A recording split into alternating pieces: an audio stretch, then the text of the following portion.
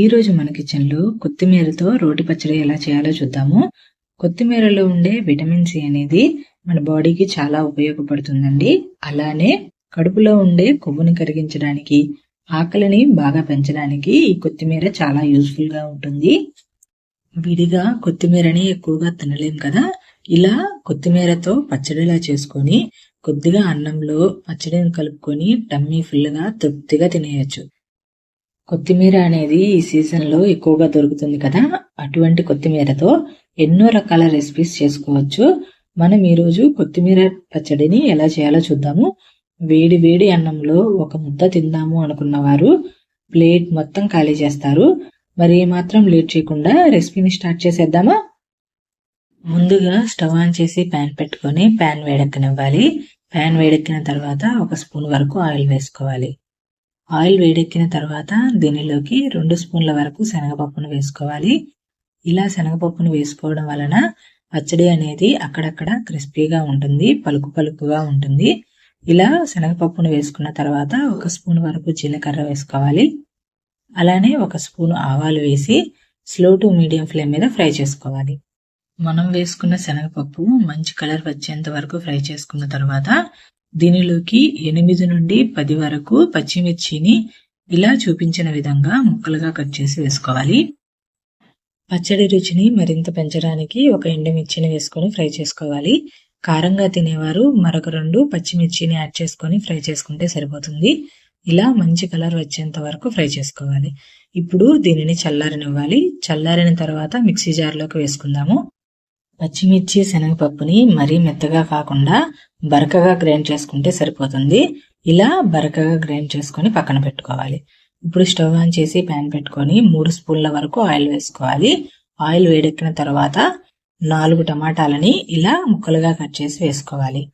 వీలైతే ఇలా బాగా పండిన టమాటాలను తీసుకుంటే రుచి బాగా వస్తుంది. ఇలా టమాటాలను వేసుకున్న తర్వాత మూత పెట్టి స్లో టు మీడియం ఫ్లేమ్ మీద టమాటాలను మగ్గనివ్వాలి. చూడండి, టమాటాలు ఇలా మగ్గించుకోవాలి. టమాటాలు ఒక 90% వరకు కుక్ అయిన తర్వాత దీనిలోకి ఒక పెద్ద కట్ట కొత్తిమీరని వేసుకోవాలి. కొత్తిమీరని శుభ్రంగా కడిగి ఇలా వేసుకోవాలి. మనం చేసుకుంటున్న కొత్తిమీర పచ్చడి అనేది ఎక్కువ రోజులు నిల్వ ఉండదు.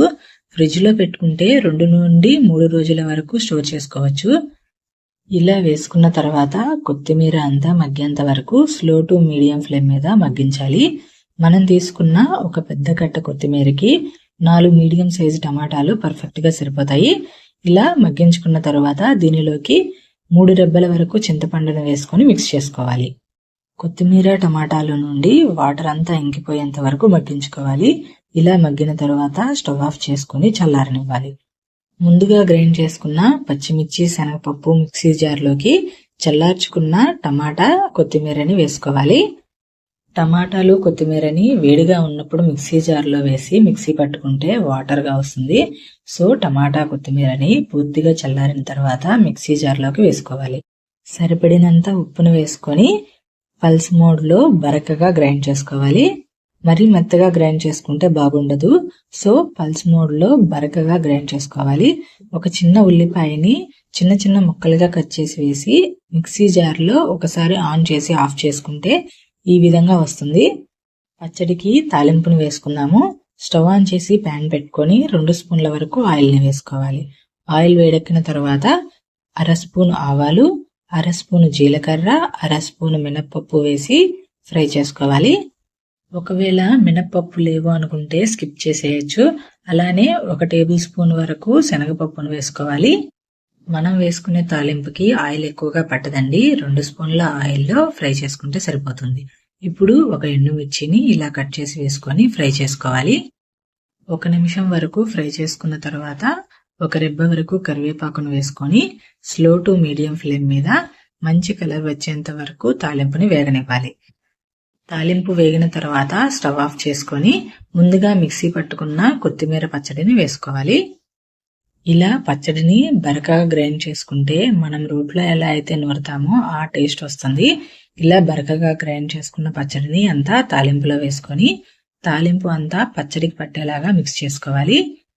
ఇలా కలుపుకున్న పచ్చడిని ఒక 10 నిమిషాలు ఆగి వేడి వేడి అన్నంలో వీలైతే కొద్దిగా నెయ్యి యాడ్ చేసి ట్రై చేయండి. అద్భుతంగా ఉంది అంటారు. పచ్చడిని చూస్తుంటేనే తినాలనిపిస్తుంది కదా. మరి ఈ పచ్చడిని మీరు కూడా తప్పకుండా ట్రై చేసి ఎలా వచ్చిందో నాకు కామెంట్ చేయండి. ఇటువంటి మరిన్ని ఇంట్రెస్టింగ్ అండ్ టేస్టీ రెసిపీస్ కోసం నా ఛానల్ని వాచ్ చేయండి. అలానే సబ్స్క్రైబ్ చేయండి.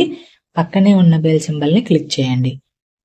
అలానే మీ ఫ్రెండ్స్ అండ్ రిలేటివ్స్కి షేర్ చేయండి. Thanks for watching.